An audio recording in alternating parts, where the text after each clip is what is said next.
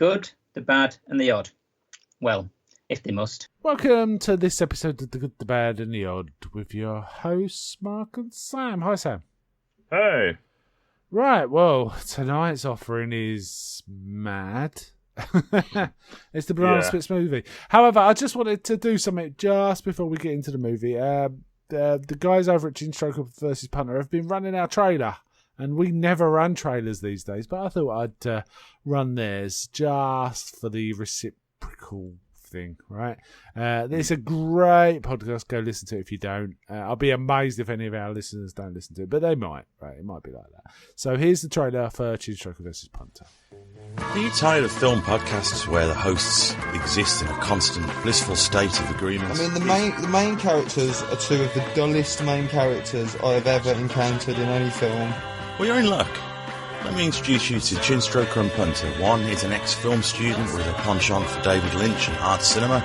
The other is a man on the street. Listen in perplexed and horrified terror as we tear apart one film a week. It just really It's not visually striking. No. Just getting confirmation. It's just in. That's the third time though. I mean, is this on? You can find us at csvsp.libsyn.com. So come and share the victory. If you could fuck any man in film, who would it be and why? My answer is Lance Henriksen. Oh! He wouldn't tell. He looks like somebody. He looks like somebody who can keep a secret. Okay, that's it. Yeah, and again, thanks for them for running our trailer. They get way more hits than we do, so we're winning. We're winning whatever. Yeah. Okay, for that. Okay, so Banana Splits movie. What a weird concept this is. A horror comedy, kind of, from 2019 that's riffing on an old series from 1968 that basically was old when I watched it, and I'm old, right? So This is weird. This is weird. It's kind of... I'm trying to imagine in 30 years someone making a horror film about the Teletubbies. That's the kind of I could see it. Yeah, they are kind of scary if you slow it down and put weird music over it. However, this is the Banana Splits. Directed by a Canadian director, lady director, Danishka Esterhazy. And written by Jed Elinoff and Scott Thomas. I think it was crowdfunded, but I'm not entirely sure. And of course, as I said, it's based on a children's TV series called The Banana Splits, which you kind of know because I've watched. Yeah, I a few sort episodes. of know.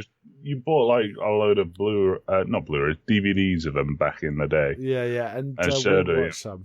It was was a crazy weird. show. Watching it now, it's like why are they laughing? But obviously, it's a soundtrack, and it's just these crazy characters doing really goofy things that are a bit Three Stooges. Would you say? Yeah, that kind of.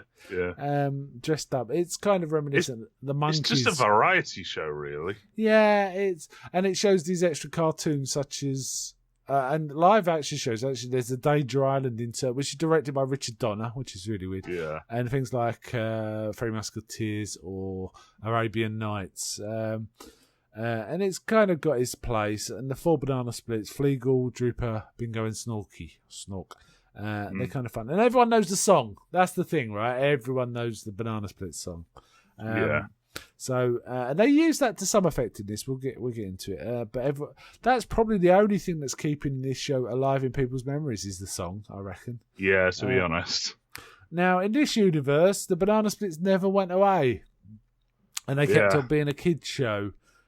So they've been running 50-odd years as a kids' show, right?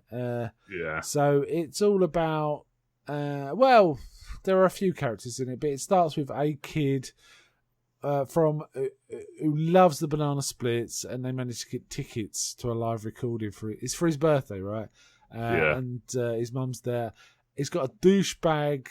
No, actually, I think the older brother's pretty good. No, I was going to say the stepfather, dad. but actually, I think this guy's the real father of the kid, but the stepfather. Yeah, he is the real father of the kid. He's the stepfather of the older brother. Older kid who doesn't like him. I quite like the casting in this family. I think it worked for me. The casting in this series of this movie was very inconsistent, and we'll get into that. But actually, the core family were pretty good. So they go out to this distant place where there's this studio in the middle of like the desert, right? It's just a sound stage. kind of thing. And the kids are queuing up, and we meet Paige, don't we? Paige the Page. Assistant. Yeah. And she's got some guy with him who kind of just disappears, right? As an assistant. He's like another assistant, and he just doesn't show up again. Doesn't show up again. And she's kind of taking people's tickets and stuff. And there's one point we see the banana splits in a banana buggy, all four of them in one, and the kid steps out in front of them to wave, and they nearly run him over, but they don't. And the mum's like, what are you doing? He goes, Snooky would never hurt me. It's like, yeah, kid, you stand in front of her, what's it? Now, apparently, this is going to be aired on TV, on the Sci-Fi Channel, in the 21st of September. Now, we're recording this about a week before that. So, if you hear this fresh, it's about to be aired on Sci-Fi. Now, I don't know if it's on UK Sci-Fi. It's certainly American Sci-Fi, but Sci-Fi tends to air both. So, it's going to be on telly real soon. So, if you like what we tell you, you know, you can go watch it, right? You can go watch it. Yeah. The Blu-ray is out, actually, already. But, you know, you wait a little longer, it's going to be on telly. Yeah, it turns out in this version, they're not men in suits, which they were, obviously were on the TV show. They're animatronics. They're robots. Yeah. They also sort of don't look like they used to. Now they've all got eyes. They've got slightly different. Yeah, right? they used to have, like, just glasses or sunglasses, like, stuck to their faces, and that was their eyes. Now they've got eyes behind them. Oh, they're slightly different eyes. It's because they, like, they had this thing where the eyes go red every so often. Yeah, they needed that. However, Fleagle did have eyes. They just wouldn't look like this. Yeah. Snorky was, like, really hairy. Yeah. For whatever reason. None of them look quite like the original. I guess Drooper is the closest. And Snorky a bit, but not quite. I can't remember any of their names. Bingo? The ape. Yeah, he looked Bingo. pretty much the same. Yeah. So. Oh, yeah, Bingo looked quite the same. So Fleagle's the dog, Bingo's the ape, Drooper's the lion thing with the weird stitched up mouth, and Snorky the other. Yeah. Now, again, in this universe, they're animatronics, but they've also got a co-star who was never in the original, called Stevie. They do reference some other... in the old series, there was this like comedy sort of nemesis band of the Banana Splits called Sour Grapes, which were like little girls who sung Mexican songs. They'd occasionally show up, sort of dance their way in and beat them up, and then leave. Yeah, and the Banana Splits were terrified of them. Right. But they mention them, but they don't show them. But they've got this weird co-host Stevie that it turns out no one likes. It's this dude that kind of just turns up and no one seems to like him. But from what I get, like, the way I interpreted it was he was a child star and then just carried on aging, and they just kept him on. And he's quite bitter, isn't he? At one point he's going, you wait for the puppets, you're going to wait for me. And he's getting drunk. He's getting drunk before the show, which isn't great. So we also meet a few more in the audience. We meet this guy with a pushy guy who wants to get make his daughter famous. Who's not a great actor, but he's a pushy dude. And the daughter is even worse an actor, I thought. Yeah, what do you reckon? but I think kind of fits what she's doing. We get a couple of Instagram... There's a pretty funny bit later on where he's able to get her in front of a producer, and he's like, okay, do your thing. And I can't remember the exact song, but functionally she basically goes, my neck, my back, and the producer stops him. So she says something like, that's creepy, right? Or that's inappropriate. We get a couple of guys that who are like bloggers. It's Thad and what's her name? Penny? Poppy. Yeah, Poppy. They're kind of alright. I thought they were okay as actors. They were pretty good actors, but they were just playing like super douchebag. She had to do some like serious screaming, and she was pretty good. And a bit crazy too. We have so Parker was the young girl who couldn't act with the pushy father. And we get a old security guard dude. We get the showrunner, the producer of the show, and the owner of the network who informs the showrunner the show's been cancelled, right? Just out of the blue. And he's really pleased it's been cancelled. He's kind of douchey. He is douchey. Well, he's not kind of douchey. He's really douchey. He keeps bringing up that he's the vice. The vice president of programming. Yeah. Now we get a slightly weird vibe when the Banana Splits nearly run over the kid, But then we get another weird vibe where one of them, is it Drooper or Bingo? One of them is kind of it's standing the lion. there. It's the lion. Drooper. Yeah. Is standing in a doorway when they're talking about cancelling the show. And we also get a touch of the weird red eyes, I think, like something's happened. Yeah. The guy, the inventor that made them, is running an update on, I'm fairly certain it's Drooper. And then he kind of goes, he's the one that goes crazy first. Yes, he is. And then it's the rest of them. Basically, there's like a special offer thing where some people get to stay behind and eat the banana splits. So they... And the older brother, who kind of is attracted to Paige the Page, he kind of indicate, you can give me the number I want, and she's like, and he goes, okay, that was like, but he also goes and says, look, it's my brother's birthday. He absolutely is the biggest fan of the banana splits. Is there any way we can? And she goes, okay, yeah. So basically, he does a good big brother thing and gets him behind the stage, which means they all clear off. And as far as we know, everyone else leaves, right? But that turns out not to be the case later. Also, I should mention spoilers, right? Spoilers. Yeah. Now, funny enough, when we were watching this film, I thought it was a 12. I don't know why. I thought it was a 12, but it became clear it wasn't. Thad gets grabbed. One of the Instagrammers gets grabbed, put into a magic show setting, and then he gets sawed in half violently. Literally sawed in half. While I can't remember which banana split does it, but they're holding Poppy, his girlfriend, while they're sawing the guy in half. Yeah, that was grim. But hold on, we're jumping the gun there because them two sneak off and find this thing and saying it's Fleagle's Magic Workshop, and he actually turns on the phone and they're vlogging or whatever, live, whatever. Yeah. And he actually proposes to her, doesn't he? And she says yes. It's kind of sweet, and then all this mayhem happens. However, before that, the bit I was actually referring to is Stevie. I should have mentioned Stevie actually turns up drunk at the recording and he's acting kind of crazy. And at one point he falls over and the kids are kind of laughing, but not sure. Knocks him over. I think it's Fleagle. Drooper knocks him over. And he kind of takes it very personally. So. Yeah, and he doesn't get out and the kids are kind of laughing, but they're a bit worried. But the mum says, it's all right, it's part of the show. And all that. And the show ends. But when they confront Stevie, who's ranting a bit, he gets I think it's Drooper, gets a lollipop and rams it down his throat. Proper sideways lollipop. We don't see it go in, but we see the end result of the lollipop, and it's quite good special effects.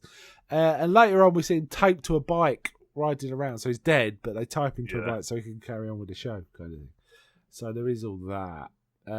We also find the couple who got the young lad, who are called Beth and Mitch. We find out Mitch has been cheating with his secretary. She finds his phone and she finds all these Instagram of his secretary semi-clad that she sent to him. So obviously he's cheating with. She sent him nudes. Yeah, basically. So she wants to dump. She's super upset. And then the older son comes up and says, "I always knew you were a douchebag." And of course, it's all there's all that. Yeah. Anyway, they go back in. They're like walking around the set, and essentially the banana splits are going crazy. They chop the one guy in half. They burn the face off the dad, the bushy dad. Yeah. It's kind of funny because they do it with like a deodorant flamethrower. Yeah. So. Yeah, that's kind of fun. We don't see what happens, but they obviously top the studio exec who's cancelled the show. Well, which is the start of all this. They grab him and then he's like not in it for a bit until the end. I don't remember him at the end. Is he just dead? No. They put him on the spinner. Oh yeah, that's grim. They have him on a spinner and they're firing stuff at him. They crucify him. No. They crucify him and then they spin. They have this big spinner, and they make a point to mention at the start that it's got all these things on it, and they make a point to mention that it always comes up Rock Party, so they sing the opening. Oh, I remember now. It's coming back. Sorry, go ahead. Yeah. So he gets grabbed and taken off, and the douchey dad, kind of gets got by Snorky in his car. Oh yeah, that's right at the end though. No, but the producer. No. He gets like he's like the second. Oh person yeah, he gets run over, stopped. but he doesn't die, does he? He survives, but yeah, he gets run over. Meanwhile, the show executive is on the spinner and they crucified him, and then they pull him off the This spinner. happens at the end. We've and not talked about like the producer. Oh, okay, all right. How they break. There's a bit where they make her break. They break her hand. And then make her and the guy whose face they just burn run this like slippy obstacle course, and when they get to the end, the woman mentions like, "There's no key, we can't finish this." Yeah. And one of the splits has the key and just jams it straight into the back of the guy, and like wiggles it around a bit, and then just pushes him into the ball pit. And we see part of his spine come out as well, right? That's pretty cool. And then the producer jumps in after him, gets out. And then I think his Drooper just takes like half her face off with a hammer. It's really grim. Meanwhile, the audience didn't leave. The Banana Splits seem to have killed all their parents and then taken the kids and chained them to the audience, in the audience, and they're gonna keep doing the show forever and ever. Is the implication? Yeah, as they're kind of killing adults. And it's kind of how it is. This is going on. The kid of Beth and Mitch is running around with a friend of his, and the girl of the douchebaggy dad, the like stage dad. Yeah. And they find the inventor, right? They bump into they get caught, and turns out the inventor's kind of been co-opted by the splits. Yeah. And when they find out, they find a damaged split that I think Beth like pushes off a it's Bingo. Railing. Bingo in the jungle. Bingo gets pushed off. Yeah, he gets pushed off and breaks. And when the splits bring him to the scientist, he goes crazy too, even though he just gave the kids the key to like get out. So they get out. He's like, "Where do you think you're going?" So they like lock him in the room instead and run off. Yeah. And then they find Snorky, and the lead kid kind of convinces Snorky to help them by doing the dance from the show. Yeah, and singing the Banana Split song. All right. Yeah. So Snorky helps them sort of, but he still brings them down to the weird like pit show thing that they've got going on. Yeah. Meanwhile, Poppy finds the inventor, but she also finds that she works out he's responsible. I think she kind of has gone crazy at this point, but she finds an extra costume which was supposed to be a fifth banana split and like an owl thing, which is called Hootie, and she goes nuts and kills Carl, doesn't she? Well, she puts on the outfit and then slashes his throat out. Yeah, which is weird because the outfit looks like one of the Talons from Batman. So. It definitely looks like some other stuff. It reminded me of something from a game called Apex called Bloodhound. So it looked like a few things, but it was like definitely looks like Owlman from DC. It looks like some sort of owl thing, or even Night Owl a bit. Anyway, she's riding around as Hootie, it appears. Yeah. So Snorky, well, firstly he's on the bad side, isn't he? He chains them up, but they convince him to join them by dancing, and then there's a big fight between each of the banana splits. Well, no, they beat two of them by sort of basically trick them into getting in the way of a flamethrower and spearing themselves on this toy. Yeah. They get rid of I think it's Fleagle and Drooper. Drooper, yeah. Yeah. And then Snorky's kind of leading them out, and then Bingo shows up. And Bingo was the one that was not working, so he's obviously come back, and he starts fighting with Snorky, and it's kind of a weird monster fight, right? Yeah, it gets really weird because there's a bit where Bingo pulls out Snorky's heart, I think was supposed to be. Yeah. And then Snorky like just grabs his head and crushes it. So. Yeah. And he says, but Harley the little boy cries and says, never mind, Snorky, you're my favourite. You always were my favourite and all this. And then, so the only survivors at this point, apart from all the kids, very, very traumatised kids, we got Beth, we got the stepbrother and Paige. Is that? Yeah. Oh, Mitch is still around. We don't realise that. Mitch is around outside, right? Because the film seems to end, and then suddenly Mitch pops up. Well, no, there is a confrontation between Mitch and Beth, which I didn't mention it because he gets run over after this confrontation. But there's a funny bit where Beth says, "I want a divorce," and just punches him in the face. Oh no, that's the end. Sorry, I'm getting it all confused. That's the end. But yeah, so Poppy, Paige, all the kids, and Beth are the survivors. So and the police they're turn like up and they all leave. police and ambulances turn up, and then they just sort of leave after sorting everything out, and they leave Mitch behind, which is kind of funny. And then he just gets flattened by Poppy. Not just flattened, properly. It's just strawberry jammed, right? It's just completely crushed and mangled. But Poppy as Hootie, is driving a banana buggy with the bits of the banana splits while she's humming the banana split song. It's kind of cool. Was weird. But then we see Fleagle's head and his eyes suddenly go red as if he's reactivating, a bit like a Terminator. Yeah. So it's kind of that was kind of funny. I don't know. This is kind of Terminator meets Willy Wonka meets I don't know what. It's really weird. It was a weird film. So did you enjoy it? Yeah, it was really fun to watch. It was fun. I'd give it kind of 6 out of 10. Yeah, it was probably about a 6, but it was fun. It's like I think I mentioned it in Godzilla. It's like I enjoyed it, but I acknowledge it's a bad film. So yeah. probably it definitely is. The thing is, it reminded me of a few. You know, there's spooky games in fun houses. Is that kind of Five Nights at Freddy's? Yeah, that kind of thing. Pretty much what it was. Kind of what it doing. felt like. People think that this might have been using the script for what was going to be a Five Nights at Freddy's film. Oh, like a repurposed script. Yeah. Yeah. But that said, I can't remember. I think it was SFX magazine. They had a thing on this film. Yeah. And it said that the rights holder kind of was okay with it because nothing else is going to happen with the banana splits in 2019. It would be bizarre if this resurrects the banana splits. Oh, God. Can you imagine? I don't think to be fair, Kick-Ass didn't, so, yeah. Yeah.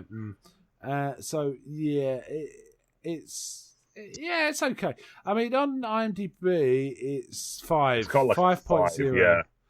From a fair number of reviews. So it's we think it's a little better than that. But it was quite weird. Quite a weird film. I liked some of the camera work. And like I say, some of the actors were There was pretty one decent. bit that actually scared me, which is where there's a bit where Paige is sort of walking around the back corridors and there's like a whip panther Drooper just like storming down the corridor after her. Jason right? Yeah, kind of. And that was... It was scary, but in a sort of like, whoa! There were some nice shots where you suddenly notice in the background a banana splits in the door frame or something like that, right? Yeah. Just standing there ominously. That was kind of cool. Yeah. But it is weird. It is weird. So 5 on IMDb. We rate it a little higher than that.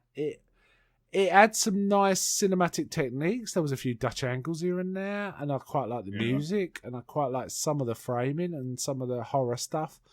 But it was where it failed. I think was some of the actors were pretty bad. Harley, did we mention the little boy had a friend Zoe who'd been coerced into going? She was a terrible actor. Her introduction was pretty funny. She's like, oh, he's just weird and babyish, and her mum leans over, it's like, you're wearing fishy pants. Yeah, that was. And it pans around slightly, and she just goes, so. Yeah. She didn't want to go, and then she tried to front it by saying, "Oh, my favourite one's the cat," and he goes, "There isn't a cat," it's stuff like that. So there were some bad actors in this, but there were some good actors as well. And I think the last half of the film is pretty solid. It just goes on, right? I quite like the whole Poppy going mental and becoming Hootie. I quite like that as an idea. That was so hilariously out of nowhere. Because the design that they have for Hootie looks nothing like the other banana splits at all. It would not fit in. It looks like some sort of techno assassin. So, and it definitely leaves the way for a sequel if they wanted to, but I can't see there being a sequel to this. But it was a entertaining. It wasn't a great film by any means. It wasn't even a good film, but it was an entertaining film. It was better than average in terms of entertainment value. That's how I describe it. You're the one who wanted to watch this too, right? But I was really game for this. Yeah. So yeah, pretty decent. We even watched a bit of Banana Splits episode afterwards to get a feels. Yeah, that was like, what the hell's going on here? Kind of stuff. That was madder than the film, frankly. Yeah. So not bad at all. Yeah, it would have been nicer if they were a bit more like the originals, but you kind of got used to it pretty quickly, so it's fine. Yeah. So pretty solid, so not bad. So I'll tell you what, let's wind out there. So bye from me. Bye.